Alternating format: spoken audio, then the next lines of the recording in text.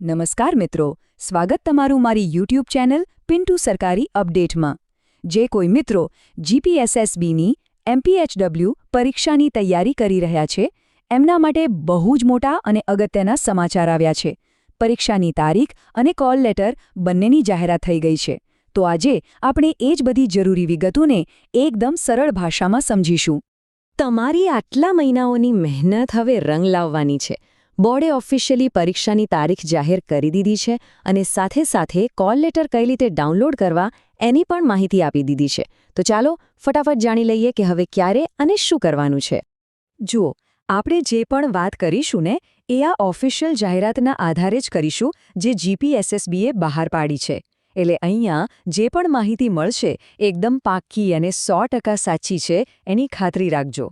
તો ચાલો સીધા મુખ્ય મુદ્દાઓ પર જ આવીએ। આખી પ્રોસેસમાં સૌથી પહેલી અને સૌથી અગત્યની વસ્તુ છે તારીખો।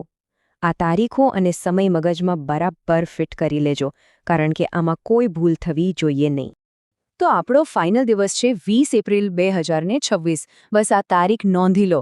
આ જ દિવસે એમપીએચડબલ્યુ એટલે કે મલ્ટીપર્પઝ હેલ્થ વર્કર પુરુષ માટેની લેખિત પરીક્ષા લેવામાં આવશે। હવે તમારી બધી જ તૈયારી અને પ્લાનિંગ આ તારીખને ધ્યાનમાં રાખીને જ થવું જોઈએ। કાઉન્ટડાઉન શરૂ થઈ ગયું છે મિત્રો। અને પરીક્ષા પહેલા એક બીજી સૌથી મહત્વની તારીખ 8 એપ્રિલ 2026। આ દિવસથી તમારા કોલ લેટર ડાઉનલોડ થવાના ચાલુ થઈ જશે।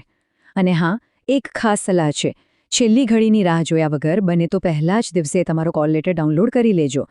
એટલે છેલ્લી ઘડીએ વેબસાઇટ પર લોડ આવે કે કોઈ ટેકનિકલ પ્રોબ્લેમ થાય એનું ટેન્શન જ નહીં। ચાલો આખી માહિતીને એકસાથે જોઈ લઈએ એટલે બધું ક્લિયર થઈ જાય। પોસ્ટ છે મલ્ટીપર્પઝ હેલ્થ વર્કર પુરુષ, જાહેરાત ક્રમાંક છે 12/2025-26, પરીક્ષાની તારીખ છે 20 એપ્રિલ અને સમય છે સવારે 11 થી બપોરે 12 વાગ્યા સુધી। હવે કોલ લેટર ક્યારે ડાઉનલોડ કરી શકાશે?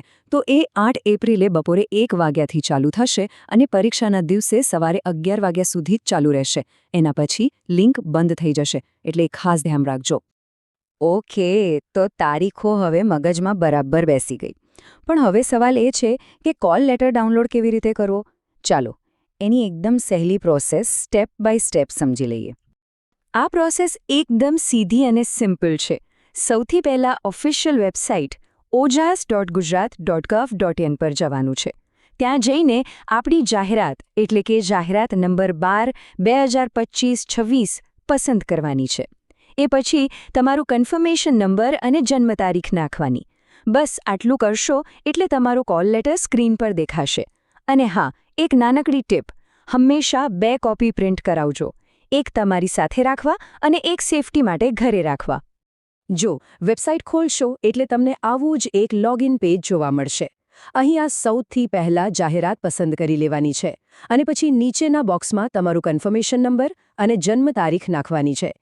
એક વાતનું ખાસ ધ્યાન રાખજો કે જન્મ તારીખ DD/MM/YYY ફોર્મેટમાં જ લખવાની છે। વિગતો ભરતી વખતે ભૂલ ના થાય એ માટે 2 વાર ચેક કરી લેવું સારું। ચાલો, કોલ લેટર તો હાથમાં આવી જ જશે, પણ એનાથી પણ વધારે અગત્યની વાત છે કે પરીક્ષાના દિવસે કઈ કઈ વસ્તુઓ સાથે લઈ જવી, કારણ કે આ જરૂરી વસ્તુઓ વગર તમને પરીક્ષા હોલમાં એન્ટ્રી જ નહીં મળે। એટલે અહીં બરાબર ધ્યાન આપજો। આ 3 વસ્તુઓ વગર પરીક્ષા કેન્દ્ર પર જવાની ભૂલ બિલકુલ ના કરતા। પહેલું, તમારા કોલ લેટરની એકદમ ક્લિયર પ્રિન્ટઆઉટ। બીજું, તમારું ઓરિજિનલ ફોટો આઈડી પ્રૂફ, જેમ કે આધાર કાર્ડ કે વોટર આઈડી। યાદ રાખજો, ઝેરોક્સ નહીં ચાલે, ઓરિજિનલ જ જોઈશે। અને ત્રીજું, એક પાસપોર્ટ સાઇઝનો ફોટો જે ત્યાં હાજરી પત્રક પર લગાવવા માટે જોઈશે। આમાંથી એક પણ વસ્તુ રહી ગઈ તો મુશ્કેલી થઈ શકે છે।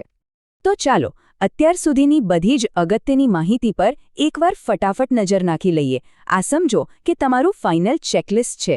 બસ આ 3 જ શબ્દો યાદ રાખવાના છે: ડાઉનલોડ, પ્રિન્ટ અને તૈયારી। પહેલાં ફટાફટ કોલ લેટર ડાઉનલોડ કરીને પ્રિન્ટ કાઢી લો, જેથી તમારું 100% ધ્યાન ફક્ત અને ફક્ત પરીક્ષાની તૈયારી પર રહે। અને પછી જુઓ, સફળતા જરૂર મળશે। તો હવે પરીક્ષાના દિવસ માટે સંપૂર્ણપણે તૈયાર છો ને? મિત્રો, દરરોજની સરકારી અપડેટ સૌથી પહેલાં મેળવવા અમારું ટેલિગ્રામ ગ્રુપ જોઈન કરો। લિંક ડિસ્ક્રિપ્શનમાં છે, હમણાં જ જોઈન કરી લો। તો મિત્રો, આ હતી સંપૂર્ણ માહિતી। જો તમને આ માહિતી ઉપયોગી લાગી હોય તો વિડીયો લાઇક કરો, મિત્રો સાથે શેર કરો અને ચેનલને સબસ્ક્રાઇબ કરવાનું ભૂલશો નહીં। મળીએ ફરી એક નવી સરકારી ભરતી સાથે. જય હિન્દ, જય ગુજરાત.